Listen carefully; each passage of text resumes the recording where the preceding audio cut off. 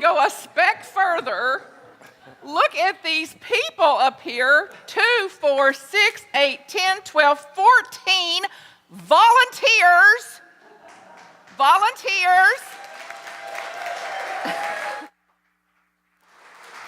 And contrary to popular belief, they didn't just wake up this morning and come in here and do that. They're gifted for sure. Gifted for sure. And then sharing the gifts out of a calling that must be fulfilled,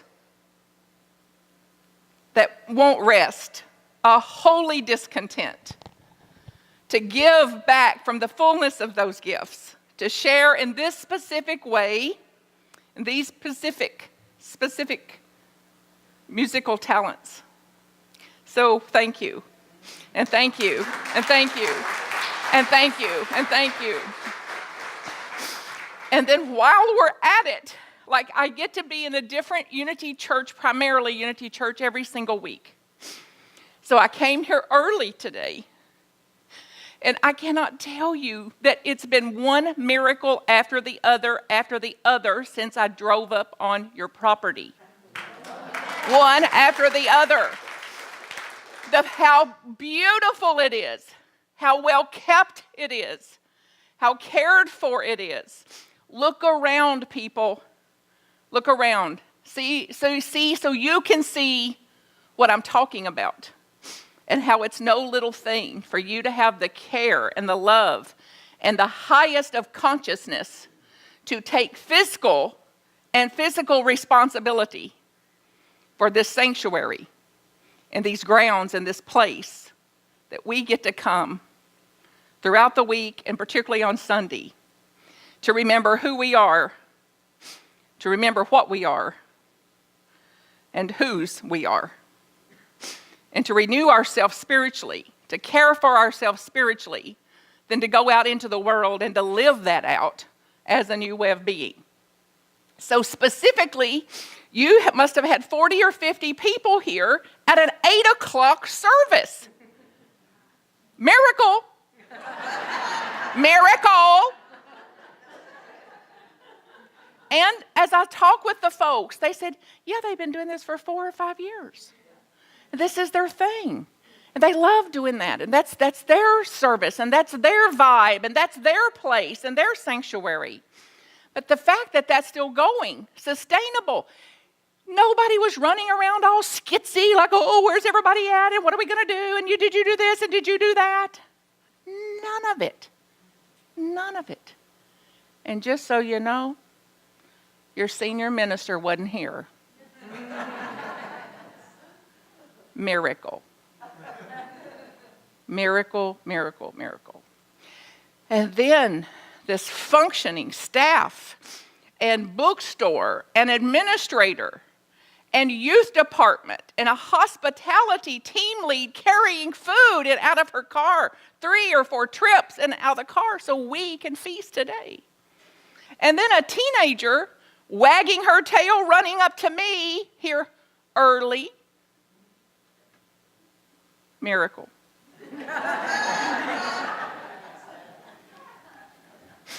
And saying, today's Nacho Sunday. Today we're raising money to go do some event we want to go to. Today we're using our own actions. We're using our own talents and skills and gifts to create what we need for our own spiritual care. So contribute extra today. For whose sake? For my own sake, because it feels good. There's always room in my heart for a little more. There's always room in my heart for a little more joy. So I'm the keeper of my joy. So if I'm lacking joy, this is a good news that I'm the keeper of that joy. Even through challenges, even through obstacles, even through boogers.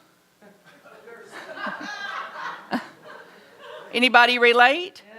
Anybody here that's not had a booger or two? Well, I'd like to meet you because we're going to plan your ascension, Of course, we want to film it. So no, it's not minus some boogers. It's not minus some challenges and grief and loss and attachments and wishing and wanting and shoulding and needing and they didn't invite me. And I want them to apologize. So who's made a hostage out of me? Anybody waiting for somebody else to apologize? Let today be your day to unhook from that for your own sake. So love will build a bridge.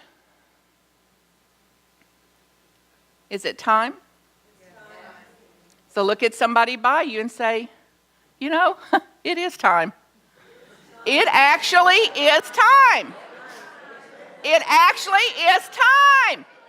Now look back at the same person and say, it's my time. It's my time. No more waiting on this.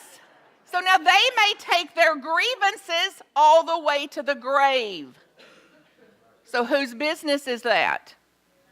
Whose business is their grievances? Whose business is the ones I'm holding? It's time. For my own sake, for my own soul's evolution, for my own freedom, for your liberation. And even if it's just that much.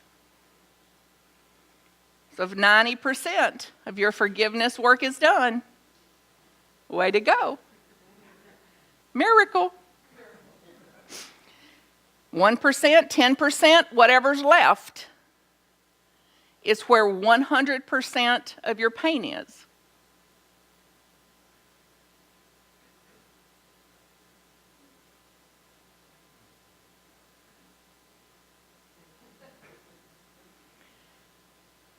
It's time. If there's ever time, it's time. So then, remember last year when I was here? Some of you, who's the holder, who checks you into Hell Hotel when you check in? So who's holding the key to check you out of Hell Hotel? I'm holding my own key. You hold your own key. If I could check you out of Hell Hotel, you'd be out. I can only check this one out. But oh, the allure to check in.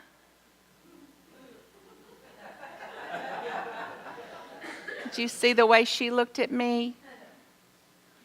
And that tone. Nobody knows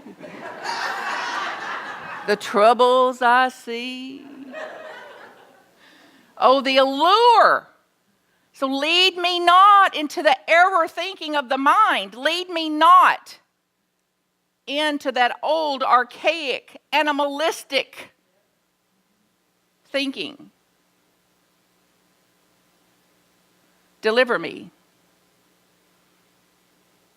Deliver me into a higher state of consciousness. Deliver me into innovation, into creation, into resourcefulness, into choice. The only species with occasional choice. Why do I say occasional? You ever had something to happen to you and you feel like you didn't have any choice? Everybody? Did you pick what happened to you? Nope, we'd have chose something else. So then where's our power of choice? How I relate to it. How I relate to this. How I relate to the boogers. How I relate to the flat tires of life. How I relate to the tones of voice. How I relate to their withholding apologies. How I relate to their grievances. How I relate to their pain. Then in that place lies all the power of the universe.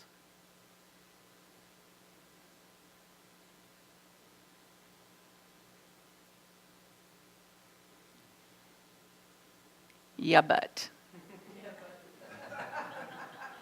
Yeah, but I'm not letting them get by with that. Yeah, but I'm going to teach them a lesson. And then it gets funnier and funnier, particularly from us spiritual types. It's like, we'll call this part true confessions. You ever had the thought people should be kind? Kinder? Yeah. Reality or fantasy? People should be kinder then? Is it a true statement or a myth? So are people always kind? All together? No. Let's have it like a choir, like no, no, no, no, no, no, no, no, no, no, no, no. No, people are not always kind. Factual. Are you always kind? No. All together? No. So neither am I. Now, minus the shame about that, minus the guilt about that, to step into self-realization for that, like, no, I am of everything that is. I am Alpha and Omega and everything in between. So at times I'm kind and at times I'm not kind. I'm not able to even muster kindness. So just like others. So then we're somewhere in the spectrum, vacillating up and down. Now get a sense then of what this one breakthrough thought could do for your life. To take down all the should that's on you. Should be kind. Should be nice. Should have thought of it. Shouldn't have done it. Should have done it. Should have known better.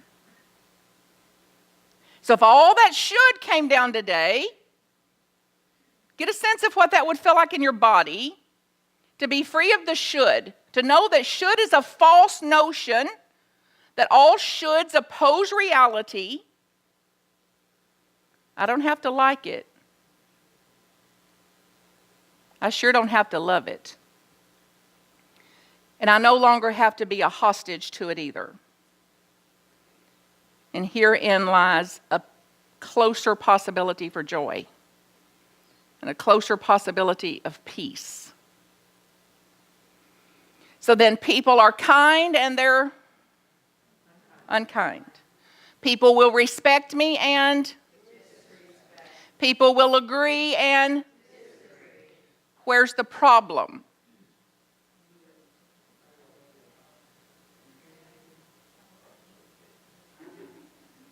The little mind that came in and said, let's draw us a big, fat, thick line right down the middle and say kindness is good and unkindness is, and then believe it. Instead of let's get that line taken down and back it up and take a firm, solid step onto reality. That sometimes they'll be kind and sometimes they won't. And sometimes they'll respect and sometimes they'll disrespect. And sometimes they'll invite me and sometimes they'll exclude me. Reality. Now, how would you be better off? And I'm not asking you to adopt this. This is for your own journey. Are you willing for me to take your hell from you? It's not a rhetorical question. Are you willing this morning to leave your hell here this morning? And to step into a way of being in the world that is less hellish, less hard. To step into a way of being that's just easier.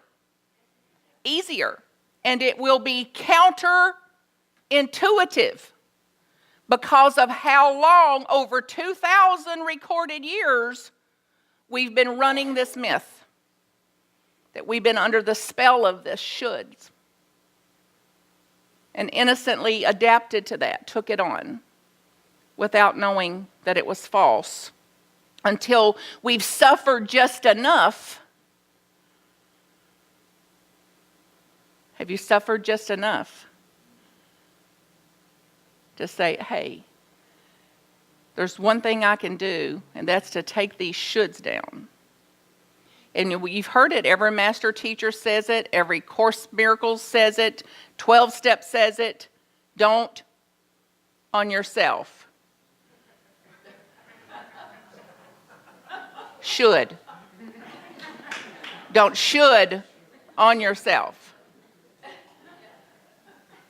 Then when you stop shoulding on you, you'll likely stop shoulding on everyone else, all of us. So then this notion that love can build a bridge is not just a theory, but like action for us to take. So that then as we value transformation, then we live transformed. As I value transformation, then I live a life that is a transformed life. Which is what I say, if you go home and start to practice some of this, the people you live with won't recognize you. They'll think you're on a new medication. Or you're meditating again. They'll be right. It's like, no, I've had a transformation of my mind. I've renewed my mind. And then through the renewal of my mind, I have a different life experience. So then regardless of what appears, regardless of what happens, I can relate differently. I'm going to be less under the spell of it than I've been prior to today. Traffic should flow. So you're already laughing. You're less in hell now than you came through the door. How many came through the door thinking and believing traffic should flow? Yes. Fantasy or reality? Sometimes it flows and sometimes it doesn't. So who puts you in hell over that? So my resisting that is my suffering, not traffic, not the flow. My resisting, my opposing that is where I'm hooked. This is good news. Because there's two ways to be in stuck traffic. Calmer, more relaxed, meditating,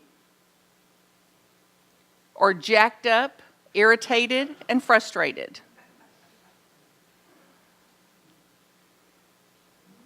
Traffic doesn't mind.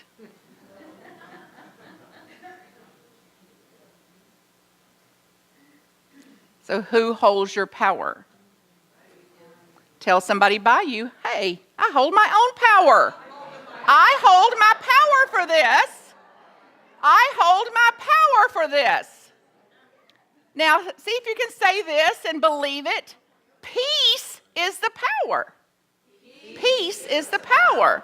So then I am not going to, if I suddenly get the power to shift traffic, one day it'll just flow and you'll say, it's that creek woman.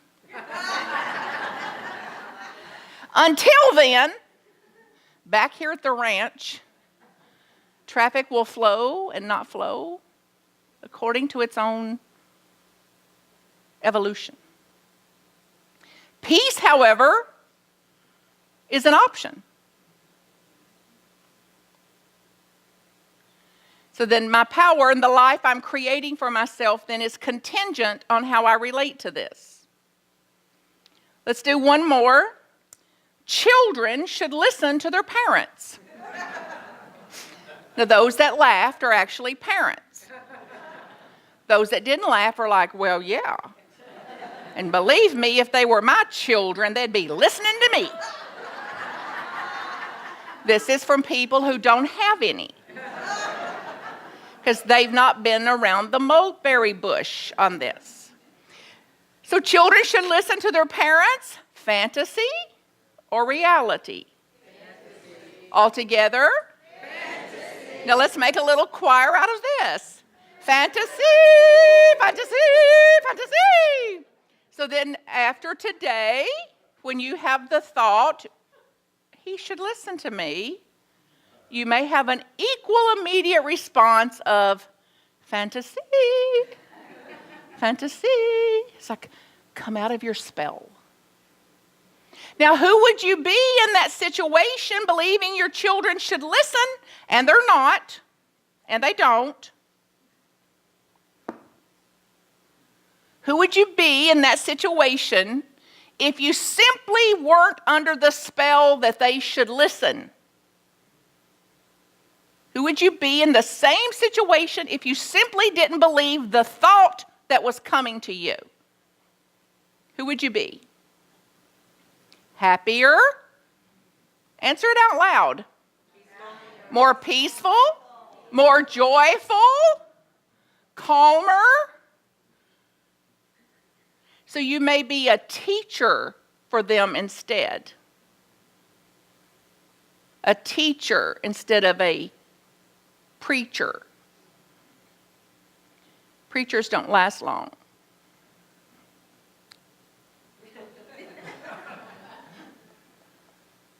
Don't tell them. Well, apparently they already know. Since we're on that topic, guess how long most ministers make it in the field? Guess it. Say it out loud.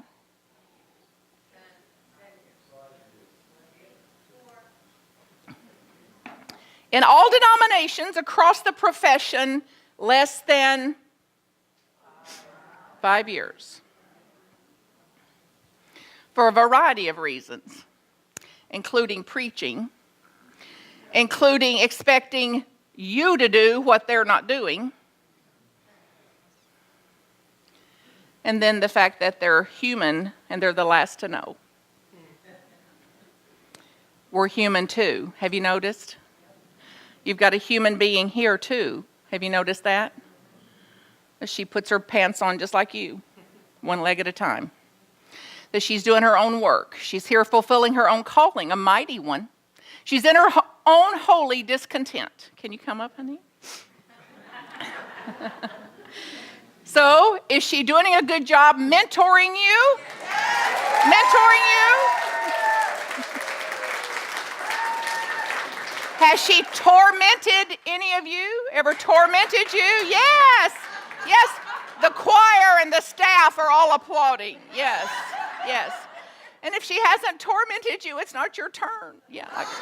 So if you hang around long enough, she will. Like she will not be able to fulfill your needs about her. She'll fulfill them this much. And then there's this. Then she'll fulfill the wanting this much. Then there'll be this. Then she'll fulfill this much should. Then there'll be this part. Where's the problem? Yes. Me putting on her what is not possible. Me holding unrealistic expectations because of the role or the profession or culture or history or things that in our own innocence fails to see this is a sister, another soul on its own journey, sharing its journey with us. So thank you, Reverend Jude, for your calling and for fulfilling it in the very clear, intentional, active, purposeful ways, resourceful ways that you do, honey. Including then on behalf of all of us and what you hear, we sincerely appreciate it, honey. And for the movement, honey, for unity as a movement. She's also mentoring upcoming ministers and serving in the field to prepare them for what they cannot even comprehend. And serving the region and ministers in this region and